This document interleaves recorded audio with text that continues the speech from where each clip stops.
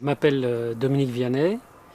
Je suis maraîcher avec mon épouse depuis 15 ans installé. Voilà, on fait vivre une famille de 6 personnes sur notre exploitation.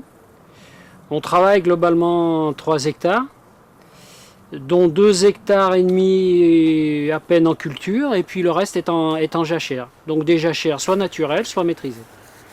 Alors ma logique par rapport aux ravageurs, c'est de me dire qu'avant même de dire je vais enrichir le milieu, c'est laisser s'exprimer le milieu. C'est profiter de ce que la nature, pour moi c'est comme un capital. Sur une exploitation, il y a le capital immobilier, le capital humain, le financier, et puis il y a un dernier capital que souvent on évalue mal, ou qu'on ne considère pas, c'est le milieu, la nature, ce qu'elle nous offre comme potentiel. Et là on a globalement assez de chance, puisque sur cette jachère-là, sont présentes des fleurs qui ont un grand intérêt pour les insectes utiles. Et si on regardait de plus près, on verrait une quantité de cirphes, de mouches taquinaires, de guêpes prédatrices, de guêpes parasitoïdes. C'est une richesse parce que je considère que les insectes auxiliaires sont mes collègues de boulot. Voilà, pour moi, ce sont de véritables partenaires. La plupart du temps, sur les cultures, sont présents des ravageurs, en petite, faible, voire grande quantité. Et quand on décèle la présence de ravageurs, c'est là où on doit juger s'il faut intervenir ou pas. Et la plupart du temps, la présence d'auxiliaires suffit à maîtriser, voire à éradiquer l'attaque. Un ravageur est maîtrisé par plusieurs auxiliaires de culture. Voilà, si on prend par exemple le puceron, qui est donc l'un des principaux ravageurs qui me concerne moi, il est concerné par les hyménoptères, donc les guêpes chasseuses, parasitoïdes qui pondent dedans. Il est concerné par les carabes au sol qui mangent le puceron du collet de la carotte. Ils sont concernés par les cantharides, dans un insecte orange intéressant. Ils sont concernés par les larves de cirphes. Les larves de cirphes qui donc piquent le puceron, le soulèvent et le vident de sa substance. Ils sont concernés par les coccinelles, les larves de coccinelles. Ils sont concernés par le chrysope et sa larve. Et bon, le détail, il y a donc encore plein d'auxiliaires qui sont concernés. Et le fait de les voir et de savoir les reconnaître, il y a une dimension qui me rassure et qui me permet de garder un certain sang-froid face à une attaque. Et d'attendre, et de voir si l'autorégulation se met en route. Et globalement, la plupart du temps, je n'ai jamais besoin d'intervenir. Pour que les auxiliaires puissent survivre, il faut les conditions favorables pour qu'ils puissent se développer, se reproduire, hiverner. Et c'est là où intervient éventuellement le paysan. On développe tout un écosystème qui permet la vie et la survie des auxiliaires. Alors si on regarde sur l'exploitation, globalement on a à notre disposition du lierre. Et le lierre pousse naturellement et c'est une zone forte de nichoirs à oiseaux, à insectes, d'hivernation à insectes.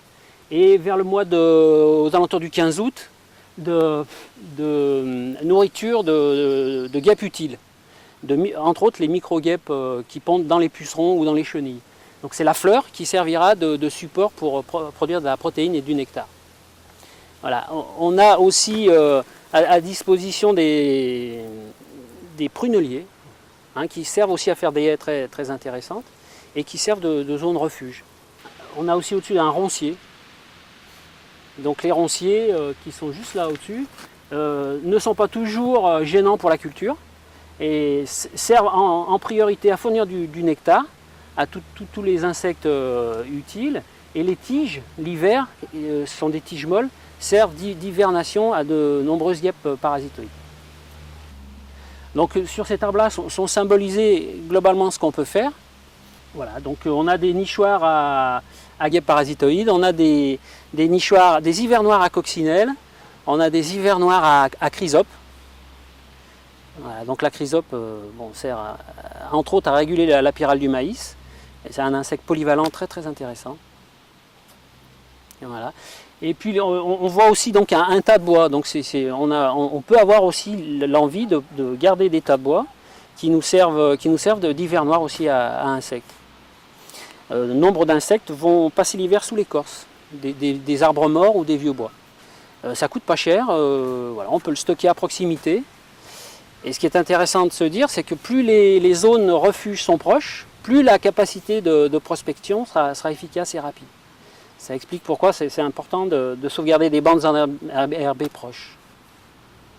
Une bande enherbée sert aussi entre les cultures, par exemple, de refuge pour les carabes. C'est des insectes qui sortent la nuit et qui donc viennent prospecter dans les cultures, et plus ils ont besoin d'humidité pour se reproduire, et plus ils sont proches, plus ils seront efficaces. Donc si on a la chance de bénéficier de tout ce support sur l'exploitation, c'est intéressant de le garder. On a quand même la chance d'être dans une région où les agriculteurs, les paysans ont choisi de laisser un peu les haies, donc on est dans une région de bocage, et c'est tout à fait le type de configuration naturelle intéressant pour tous les auxiliaires de culture. Donc aussi bien, je parlerai des oiseaux, parce qu'on ne parle pas des oiseaux, des chauves-souris, des reptiles, couleuvres, lézards sont des auxiliaires très importants, et puis des insectes utiles.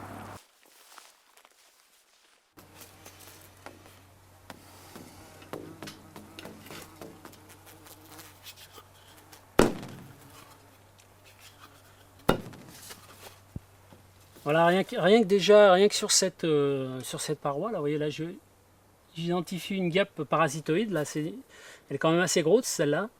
Et puis, il y a carrément des micro-guêpes de type Aphidus, Colemani ou Hervie, ou des Ancarcia formosa. Donc ça, c'est des guêpes qui sont répertoriées et qu'on peut acheter.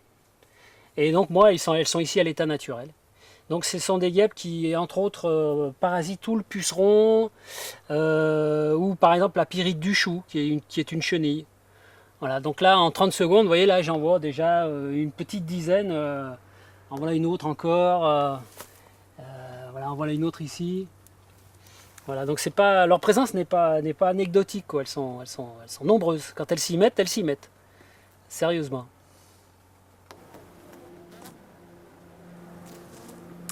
On a fait une démarche forte de recul par rapport aux pesticides.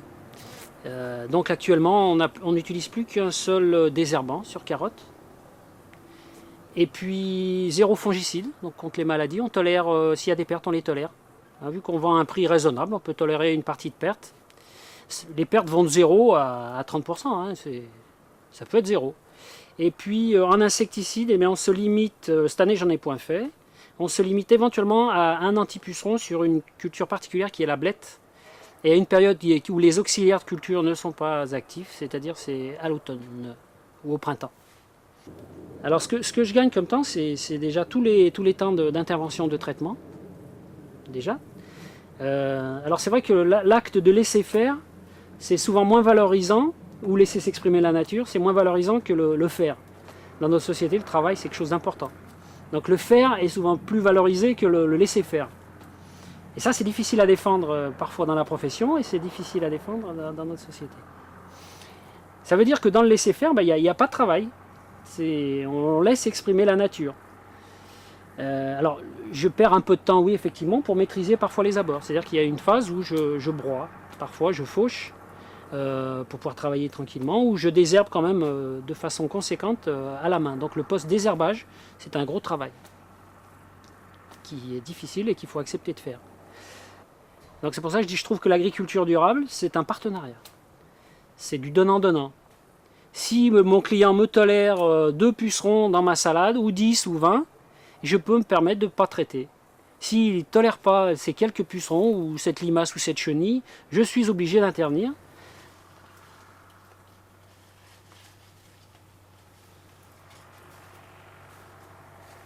Quand on observe un peu les choses, on se rend compte que pour peu que le végétal soit dans de bonnes conditions, il a lui-même en son sein des capacités de résistance. C'est une matière vivante qui s'est perpétrée depuis la nuit des temps et qui a en son sein la possibilité de survivre.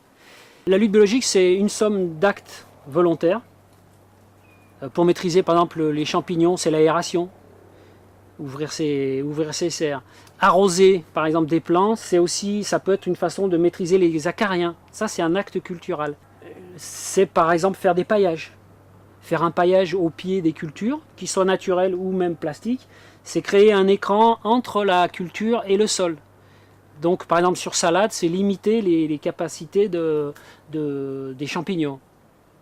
Voilà, c'est éventuellement maintenir des conditions thermiques les plus favorables possibles. Un coup de chaud peut déclencher une faiblesse chez une plante et éventuellement déclencher une maladie.